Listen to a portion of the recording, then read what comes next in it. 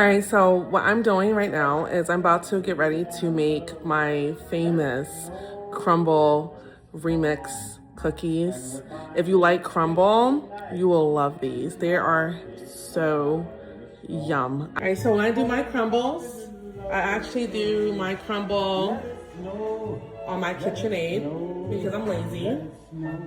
Don't judge me, judge your mama. So this particular KitchenAid I love because it has these new attachments here, and I love these. It's easy. All right, guys, so we have 3 eggs, very important. You need 2 and 3/4 cup of flour, and then the butter is a lot. You can either let it sit to soften, or you can just, you know, plop it in the microwave. I don't think it matters, either or. Guys, you want to make sure you're watching this. You don't want it to be completely melted. You just want it softened. All right, so this is more of the consistency now. You can let this sit out because I think that's kind of softened enough where it's going to soften a little bit more too as it sits out while you get everything else together. But I think this is okay. Okay, just drop it right like that. And you don't have to put this on now. You can put it on later when you're ready to mix. It doesn't really matter though. I'm choosing to do it now, but you can wait. My bowl is big enough where I don't have to do the waiting part.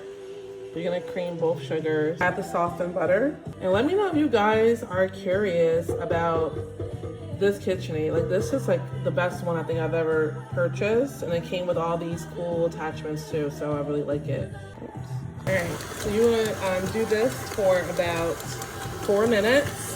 Creaming the butter. You don't have to do it really fast, doesn't matter, as long as you do it for about 4 minutes, but you want to make sure it all gets in there. See that? Make sure it gets all in there. Now this particular one, it's gonna scrape the sides, which I love this, but about 4 minutes and then you're good. You can set a timer, or I just know when it's done, but about 4 minutes. It's gonna basically look about light and like fluffy kind of looking, so this is perfect. If that's really light, but I'm trying to show you. There we go, that's a good one. All right, so now what we're gonna do at this point, we're gonna stop the KitchenAid from doing this thing. We're gonna add the eggs, the egg yolk, vanilla, the baking soda, salt, cornstarch, and then we're gonna mix that in for 1 minute, okay? All right, so in the bowl here, we have the espresso powder and we have the flour. Before you put this into this, okay, which is the sugar, all the other ingredients, you want to make sure you evenly distribute all of this within the flour, because if not, it's gonna, just trust me, I've lived and learned. So you're going to take a beater and you're going to mix this up, then you can go ahead and add this to the other mixture. All right, so it should look like this, a little bit of a tint to it, but not much. Now we add it, and now we're going to mix this on low until everything is well combined. Please note really fast, you don't have to use the paddle. I like it because it has that edge that scrapes the sides.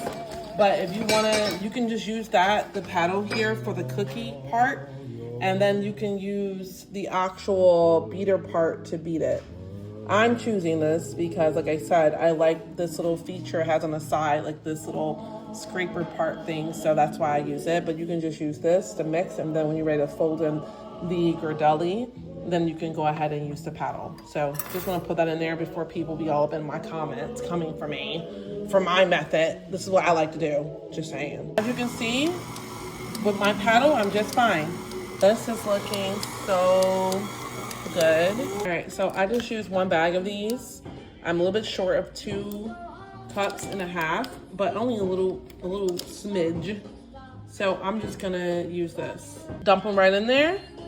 Put this KitchenAid back down, and then we're gonna just fold it in there. Here is our cookie dough, nice and folded in. Now this part I'm gonna get gloves for because it's really sticky and I don't like the way it feels. But here we go. A pan, a cookie dish pan. I'm gonna do about a ball that size. Now I saw on like TikTok where they were like, I don't know, putting balls on top of each other. You can do that too. I just do it like this. You can use a scooper if you want to. to make sure they're even. I just grab some and pull. That's it.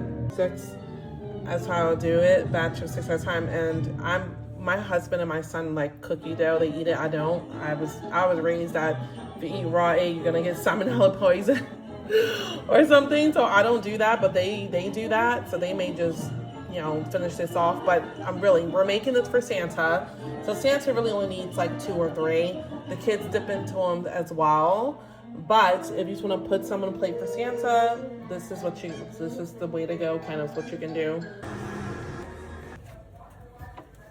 All right, guys, look at this. Look at that. Are you guys seeing this? Look at that. You can see the richness. Look at this. Look at that. Perfectly round Crumbl cookies. Jazz's way. Texture is perfect. The smell is perfect. Color is perfect. These are on the bigger side. You don't have to do them this big, but my kids just love them big like this because they say they love Santa, and Santa deserves the biggest and baddest and best cookies. So we're gonna take one out and try one, but look at this.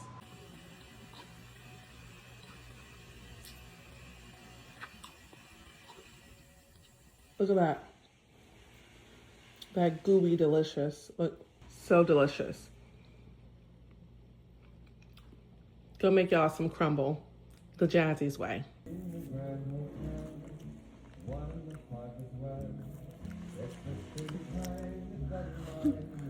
How's that cookie, Skylar? Good.